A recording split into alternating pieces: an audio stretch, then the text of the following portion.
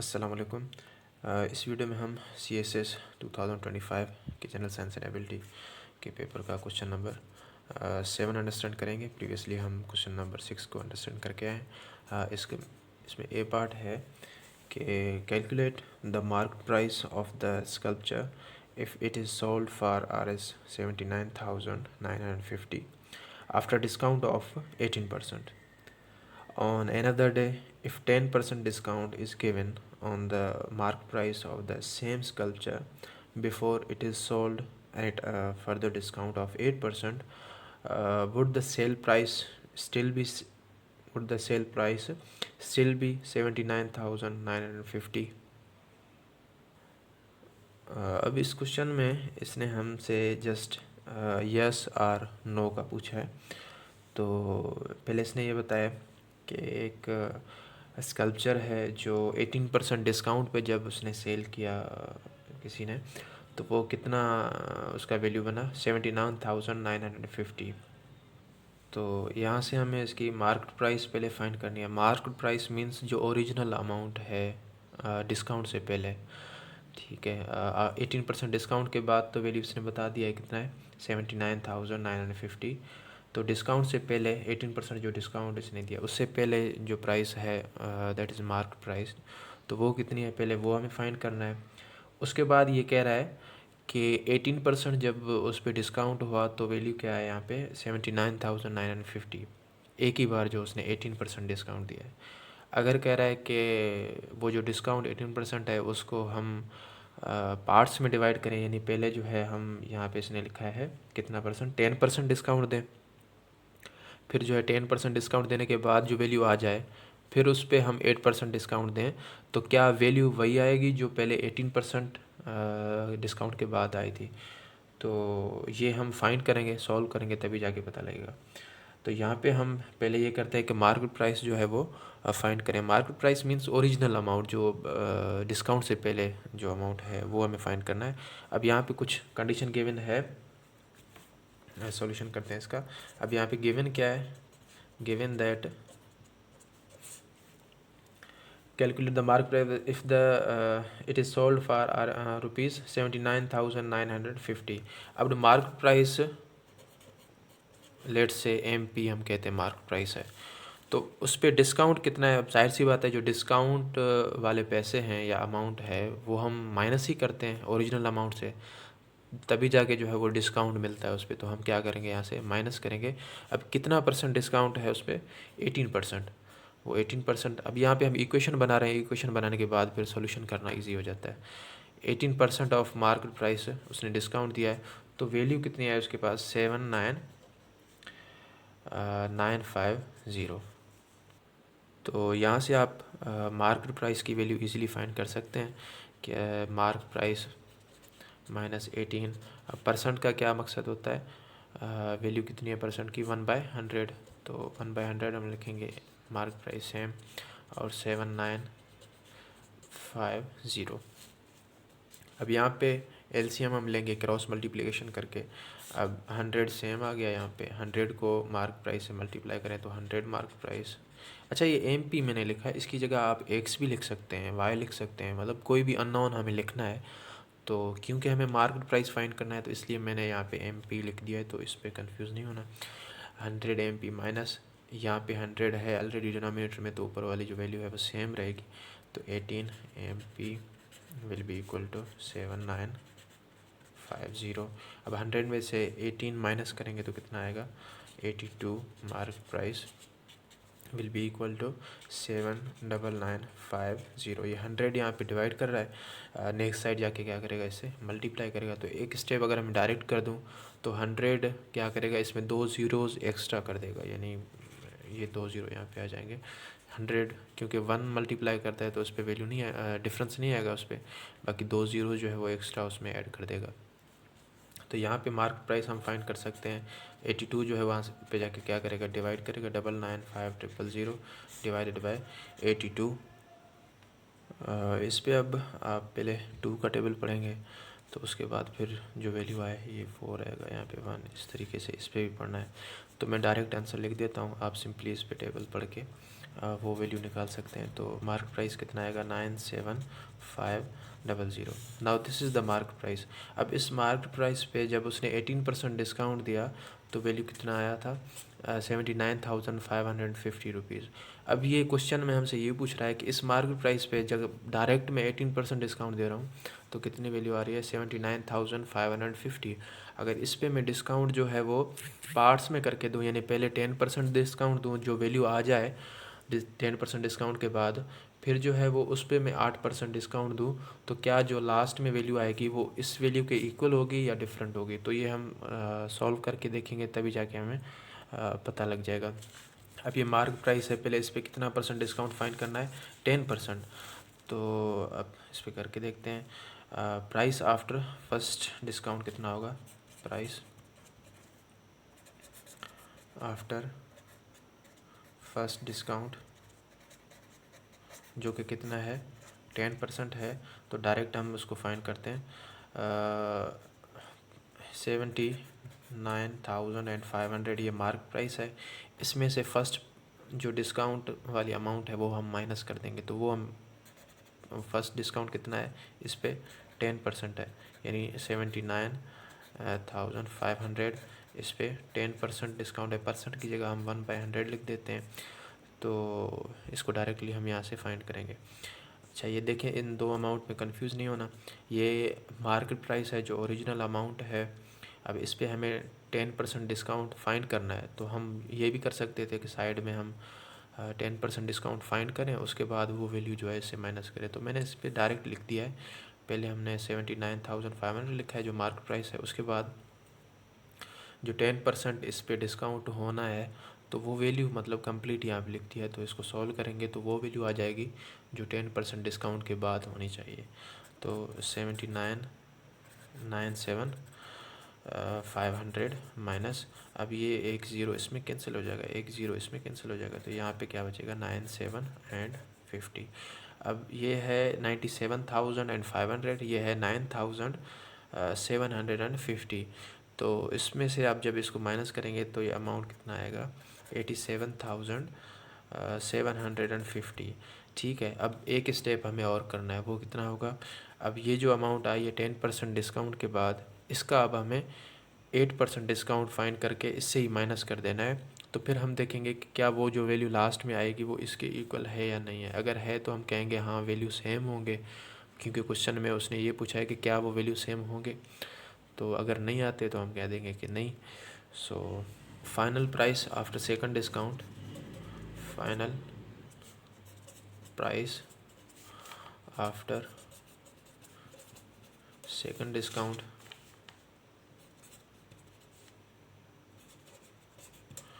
तो वो कितना आएगा। पहले जो है हम वैल्यू लिखेंगे जो अभी हमने फाइंड किया है 87,750। अब इससे हमें माइनस क्या करना है, जो इस पे 8% डिस्काउंट देना है। अच्छा सेकंड डिस्काउंट जो है वो 8% है। अब 87,750 पे कितना परसेंट डिस्काउंट है 8, और परसेंट का मकसद क्या होता है 1/100। तो एक ज़ीरो यहाँ से कैंसिल हो गया, 4 2 ज़ा 8, 4 5, और 5 का टेबल आप इस पे पढ़ सकते हैं। 5 1 ज़ा 5, 3 इधर आएंगे, 5 7 ज़ा 35, 2 यहाँ पे आएंगे, 5 5 ज़ा 25, 2 यहाँ पे आएंगे, 5 5 ज़ा 25, यानी 1755 को आप फिर इससे मल्टीप्लाई करें तो कितना आएगा 87,750। अब इससे माइनस ये 17 को 4 टाइम्स करेंगे मल्टीप्लाई, तो अराउंड अबाउट ये 70 और 20 आ जाएगा। तो इसमें से ये माइनस करें कितनी आ रही है वैल्यू 80,730। अच्छा फाइनल वैल्यू जो है आफ्टर सेकंड डिस्काउंट ये आई है। और उसने कितना बताया था हमें, जो फर्स्ट डिस्काउंट के 18% डिस्काउंट के बाद जो प्राइस था वो कितना था 79,950। अब ये देखें ये डिफरेंट वैल्यू आ गई, ये डिफरेंट वैल्यू आ गई है। तो हम इसमें ये लिखेंगे कि क्वेश्चन में उसने क्या पूछा था कि would the sale price still be this, know the sale price will not be 79,950, that's the answer. इसमें क्वेश्चन नंबर 7 का बी पार्ट है। क्वेश्चन नंबर 7 का बी पार्ट है कि Majid page a total of ₹51,520 for his car insurance. The total is made up of a basic charge plus 15% sales tax. Calculate the amount of sales tax that Majid pays। अच्छा, अब इसमें बता रहा है कि माजिद ने टोटल कितना पे किया कार इंश्योरेंस के लिए, 51,520 रुपीज़। तो ये जो टोटल उसने पे किया है that is made up of a basic charge plus 15% sales tax. अब एक बेसिक चार्ज था, कुछ भी हम सपोज़ करेंगे कुछ ना कुछ है वो, और उस पर फिर 15% जो है वो कौन सा टैक्स लगाए, सेल्स टैक्स लगाए। तो वो दोनों मिला के फिर कौन सा अमाउंट बनाया यहाँ पे 51,520 रुपीज़। अब हमें क्या फाइंड करना है, calculate the amount of sales tax that Majid pays. अब सेल्स टैक्स के अमाउंट तब हम फाइंड कर सकेंगे जब हमें जो है वो बेसिक चार्ज पता हो। तो उस बेसिक चार्ज का हम 15% फाइंड करेंगे तो हमें सेल्स टैक्स पता लग जाएगा। अब गिवन है कि एक बेसिक प्राइस है, हम सपोज़ करते हैं वो बेसिक प्राइस कितना है, एक्स है, फिर उस पर सेल्स टैक्स कितना लगा है, 15% एक्स, उस पर सेल्स टैक्स लगा है, तो कंबाइन अमाउंट कितना बना है उसका 51,520 रुपीज़। अब यहाँ पे जो है आप सिंपली इसको यूँ कर सकते हैं, एक्स प्लस 15% की जगह हम 1/100 लिखेंगे। 1/100 x is equal to 51,520।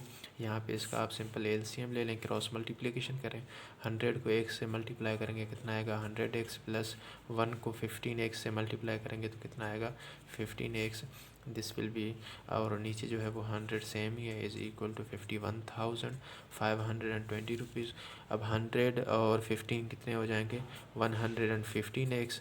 This will be equal to 51,520। 100 यहाँ पे डिवाइड कर रहा है, उस तरफ जाके क्या करेगा, मल्टीप्लाई करेगा। तो x की वैल्यू हमें फाइंड करनी है, तो x यहाँ पर ही होगा।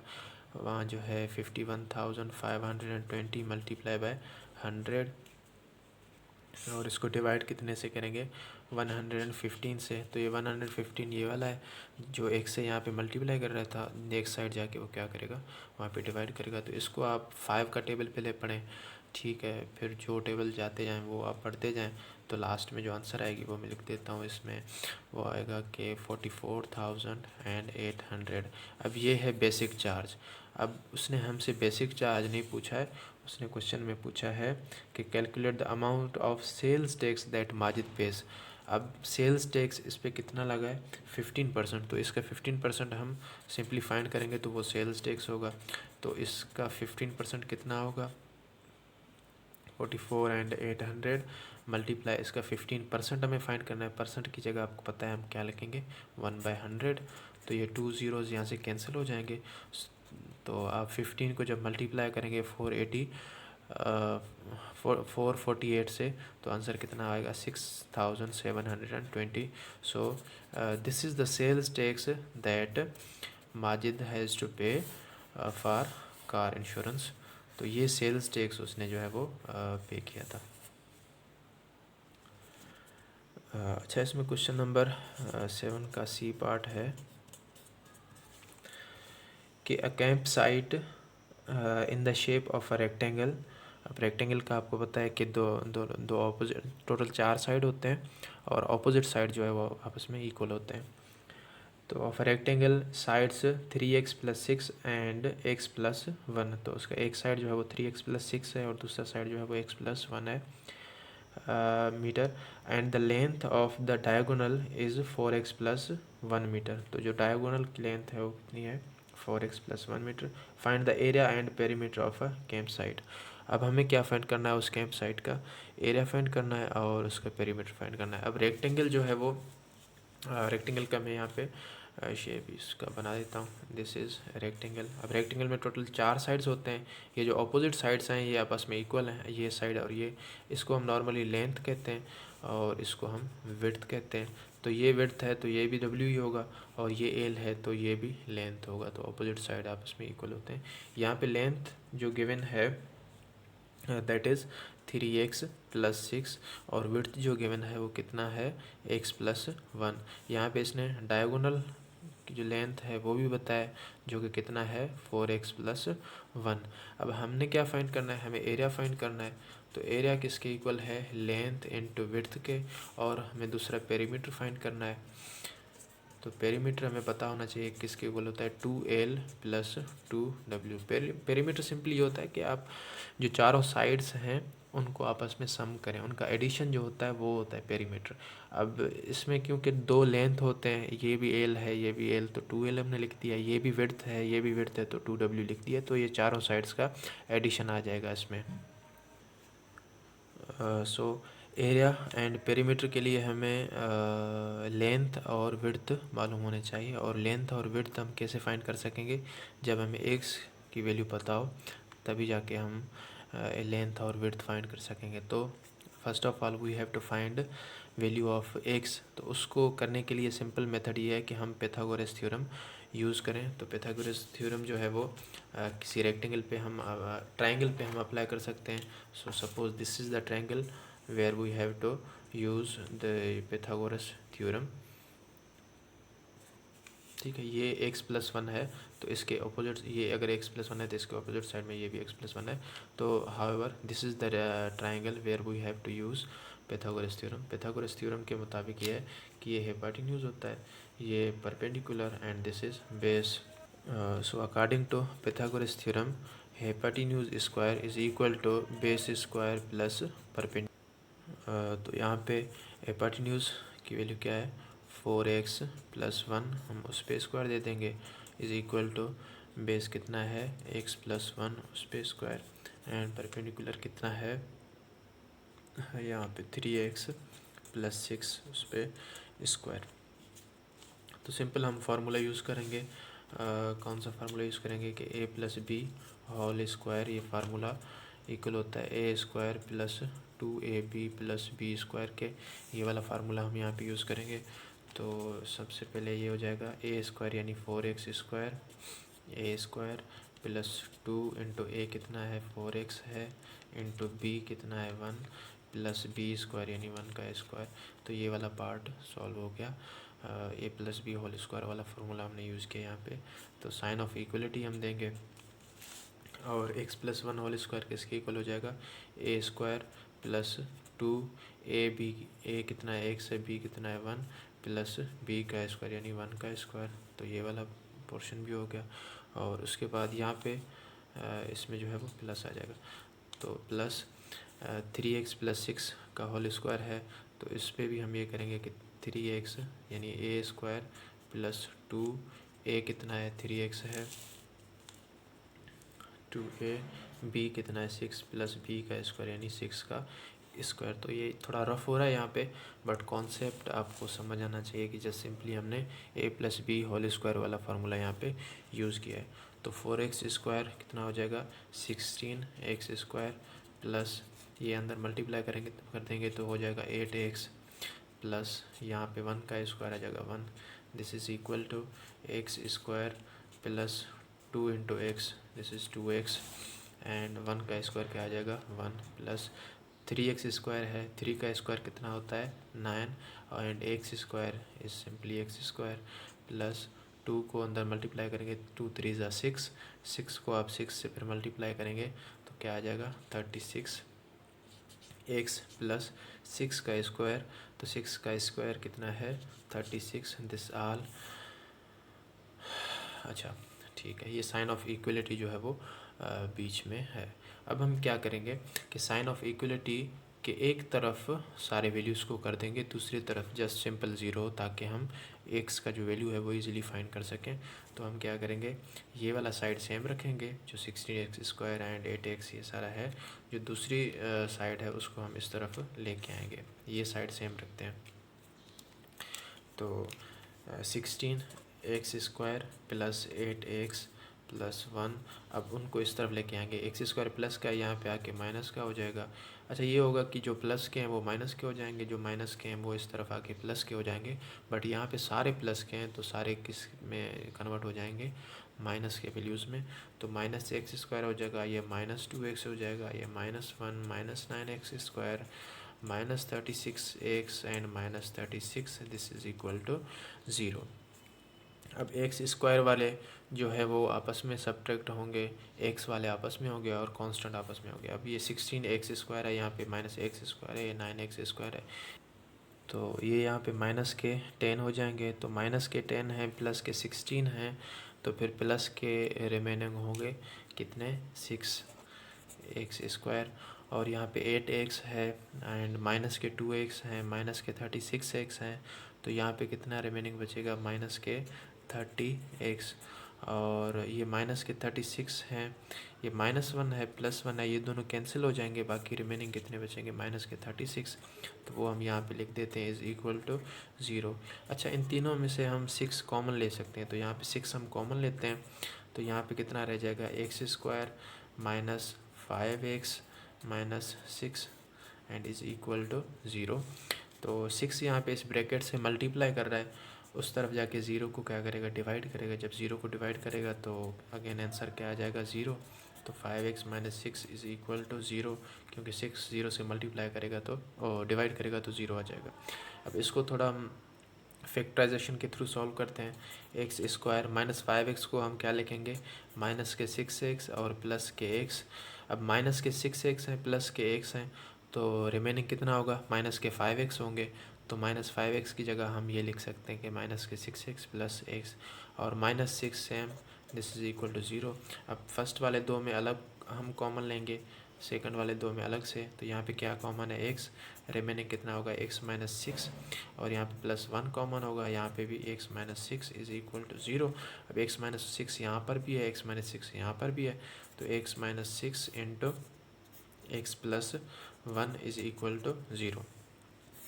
अच्छा यहाँ पे देखें, या तो x -6 हम अगर 0 के इक्वल रखें, क्योंकि दो वैल्यूज़ की मल्टीप्लिकेशन अगर 0 के इक्वल है तो दैट मीन्स या तो फर्स्ट वैल्यू 0 के इक्वल है या सेकंड 0 के इक्वल है या दोनों इक्वल हैं। तो ये एक रूल है मैथमेटिक्स में। तो हम क्या करेंगे कि पहले x -6 को किसके इक्वल रखा है, 0 के, तो यहाँ से x की वैल्यू क्या आएगी, 6। अगर x +1 को हम 0 के इक्वल रखते हैं तो यहाँ पे x की वैल्यू क्या आएगी, माइनस में, जो कि हमें एक्सेप्टेबल नहीं है, माइनस में वैल्यू नहीं होगी, प्लस में होनी चाहिए। तो इस वजह से हम इस वैल्यू को जो है वो रिजेक्ट कर देंगे। कौन से वैल्यू को लेंगे हम, ये x इज़ इक्वल टू 6। अब x की वैल्यू जो 6 है वो हम पुट करेंगे, लेंथ जो हमें गिवन है 3x + 6 और विड्थ जो है x +1, यहाँ से लेंथ और विड्थ हमें मिल जाएंगे, और लेंथ और विड्थ को यूज़ करके हम एरिया एंड पेरीमीटर रेक्टेंगल का इजीली फाइंड कर सकते हैं। तो अगर x के इस वैल्यू को यूज़ करें 6 को, तो लेंथ कितना आएगा,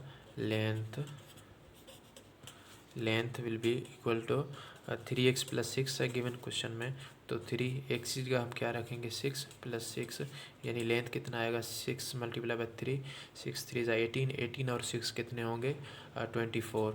तो लेंथ कितनी आ गई, 24, और विड्थ कितनी आ गई, width will be equal to, width जो हमें गिवन है वो है x +1, तो x की जगह हम 6 रखेंगे +1, तो विड्थ इज़ 7। अब हमें जब एरिया फाइंड करना है तो एरिया किसके इक्वल है, एरिया रेक्टेंगल का एरिया इक्वल होता है लेंथ मल्टीप्लाई बाय विड्थ। तो लेंथ हमने कितना फाइंड किया है, 24, और विड्थ कितना है, 7। तो 7 को जब आप 24 से मल्टीप्लाई करेंगे तो आंसर कितना आएगा, 168। अच्छा इसको मीटर स्क्वायर हम यूनिट भी दे देंगे, क्योंकि क्वेश्चन में जो था गिवन वो मीटर्स में था कि 3x + 6 जो है वो भी मीटर में था और x +1 भी मीटर्स में था। तो यहाँ पे जो है वो एरिया जो उसने पूछा है हमसे रेक्टेंगल का, वो कितना होगा, 168 मीटर स्क्वायर। और उसके अलावा पेरीमीटर जो है वो कितना होगा, पेरीमीटर का फार्मूला क्या होता है, 2 × लेंथ + 2 × विड्थ। तो 2 लेंथ कितना है, 24 है, ठीक है, +2 × विड्थ, विड्थ कितना है यहाँ पे 7 है, तो 2 मल्टीप्लाई बाय 24 ये हो जाएंगे 48, प्लस 7 मल्टीप्लाई बाय 2 ये हो जाएंगे 14, तो 14 और आपके 48 कितने हो जाएंगे 62 metre. So this is the required perimeter of the rectangle according to given conditions. ये जो है वो एरिया है और ये जो है पेरीमीटर है। अच्छा, इसमें क्वेश्चन नंबर 7 का डी पार्ट है कि हमें कुछ वैल्यूज़ गिवन हैं, तो arrange the following fractions in the descending order. Descending order means पहले आप हाईएस्ट वैल्यूज़ लिखेंगे, फिर उसके बाद लोएस्ट वैल्यूज़ की तरफ जाते जाएंगे, यानी सबसे हाईएस्ट वैल्यू लिखेंगे फिर सेकंड हाईएस्ट, इस तरीके से आप उनको ऑर्डर में लिखेंगे। अच्छा, अब अगर वैल्यूज़ गिवन हों इंटीजर्स में लाइक 1 2 3 4, तो इसमें तो हम इजीली डिफ्रेंशिएट कर देंगे कि 5 जो है वो ग्रेटर है 4 से, 10 जो है वो ग्रेटर है 8 से। बट अगर वैल्यूज़ फ्रैक्शन में गिवन है, यानी अपॉन की वैल्यू के फॉर्म में है, लाइक यहाँ पे लिखा हुआ है जैसे 7/12, 4/7, 9/14 एंड 25/42। अब हमें कैसे पता चले कि 25/42 ग्रेटर है या 9/14 ग्रेटर है? अब इसके लिए जो है वो सिंपल ट्रिक आपको मैं बताता हूँ, या आप कहें कि सिंपल मेथड जो है वो, उसके थ्रू आप इजीली फाइंड कर सकते हैं कि कौन सा वैल्यू ग्रेटर है। एक तो मेथड ये है कि आप 7 को डिवाइड करें 12 से, पॉइंट्स में कोई वैल्यू आएगी, 4 को डिवाइड करें 7 से, पॉइंट्स में कोई वैल्यू आएगी। अब पॉइंट्स में जो वैल्यू बड़ी हो तो वही वैल्यू ग्रेटर है दूसरे से। बट ये है कि पॉइंट्स में हम करेंगे कैसे, क्योंकि हमारे पास कैलकुलेटर होता नहीं है और वहाँ पे हम डिवीजन करने बैठ जाएं तो इतने टेबल भी हमें याद नहीं होते। तो इसका सिंपल वे ये है कि आप अब जैसे 7/12 है, 7/12 है और दूसरा 4/7 है। अब इनमें से कौन सा ग्रेटर है उसको फाइंड करने का तरीका ये है कि आप इनको क्रॉस मल्टीप्लिकेशन करें। अब 7 को 7 से मल्टीप्लाई करेंगे कितना आएगा 49। अब क्योंकि ये न्यूमरेटर है तो इसके हिसाब से इसको रखेंगे, 49 आएगा। अब 12 को आप मल्टीप्लाई करेंगे 4 से तो कितना आएगा 12 मल्टीप्लाई बाय 4 48। अब देखिए 49 इज़ ग्रेटर दैन 48, इसका मकसद ये है कि 7/12 जो है वो ग्रेटर होगा 4/7 से। यानी जो न्यूमरेटर आप ले रहे हैं, फर्स्ट अगर न्यूमरेटर ये ले रहे हैं तो वैल्यू यहाँ पे रखेंगे, इसके डिनोमिनेटर से मल्टीप्लाई करके यहाँ पे रखेंगे। अगर न्यूमरेटर ये ले रहे हैं तो इसके डिनोमिनेटर से मल्टीप्लाई करके यहाँ पे लिखेंगे। अब 49 इज़ ग्रेटर दैन 48, इसका मतलब है कि 7/12 जो है वो ग्रेटर है 4/7 से। तो देखें यहाँ पे मैंने लिख दिया है कि 7/12 जो है वो ग्रेटर है 4/7 से। तो देखिए ये एक स्टेप आ गया। अच्छा, उसी तरीके से अब 9/14 और 4/7, इन दोनों में से कौन सा ग्रेटर है, इसको भी आप इसी तरीके से फाइंड करें। अगर कि 4/7 मैंने लिखा है यहाँ पे, और दूसरा कौन सा है 9/14 है। तो अब अगर मल्टीप्लाई करें आप 14 को 4 से मल्टीप्लाई करेंगे तो कितना आएगा 56 आई थिंक आएगा, तो 56। और यहाँ पे 7 को अगर आप इससे मल्टीप्लाई करें 9 से तो कितना आएगा ये 63 आएगा। अब 63 आपको पता है ग्रेटर है 56 से, तो दैट मीन्स 9/12 ग्रेटर होगा। अच्छा, 9/12 कैसे ग्रेटर होगा, क्योंकि ये न्यूमरेटर इसका था ना 9, तो इसके डिनोमिनेटर से मल्टीप्लाई होकर ये 63 आए, तो न्यूमरेटर को हम लेते हैं। अब 4 जो है वो न्यूमरेटर है, तो इसको हमने 14 से मल्टीप्लाई करके 56 लिखा है। तो ग्रेटर कौन सा आ गया, ये वाला आ गया 9 से जो हमने मल्टीप्लाई किया 7 को। तो 9/14 जो है वो ग्रेटर होगा 4/7 से। तो यहाँ पे मैंने लिख दिया 9/14 इज़ ग्रेटर दैन 4/7। तो यहाँ पे वो भी आ गया होगा 9/14 इज़ ग्रेटर दैन 4/7 से। तो 4/7 यहाँ पे 9/14 ग्रेटर आ गया। तो ये देखें स्टेप बाय स्टेप जो मैंने किया ना, 7/12 और 4/7 का मैंने पहले फाइंड किया, फिर इन दोनों का फाइंड किया, यानी तकरीबन अगर 4 वैल्यूज़ हैं तो 4 टाइम्स आपको ये फाइंड करने हैं। फिर आपको अंदाज़ा हो जाता है कि हम मुझे सीरीज़ कैसे लिखना है, कि सबसे ग्रेटर जो होगा वो 9/14 होगा, सेकंड नंबर पे 25/42 होगा, थर्ड नंबर पे 7/12 होगा, और लास्ट में जो है वो 4/7 होगा। तो इस तरीके से अब मैं सारों को नहीं करूँगा सॉल्व, आपको मैंने एक आइडिया बता दिया है कि इस तरीके से आप जो भी क्वेश्चन आ जाए ना ऐसे कि विच fraction is greater than the other, तो आप उसको इस तरीके से ईज़िली फाइंड कर सकते हैं। ये राइटअप मैंने किया हुआ है सारे, तो यहाँ पे आप इनको देख के अंडरस्टैंड कर सकते हैं। ये साइड में इनके सॉल्यूशन है कि कौन सा जो है वो वैल्यूज़ दूसरे से ग्रेटर है और किस तरीके से ये हुआ है वो भी यहाँ पे लिखा हुआ है। अच्छा, अगर आप इस चैनल पे न्यू हैं तो kindly subscribe this channel for more such videos. Thank you. अल्लाह हाफिज़।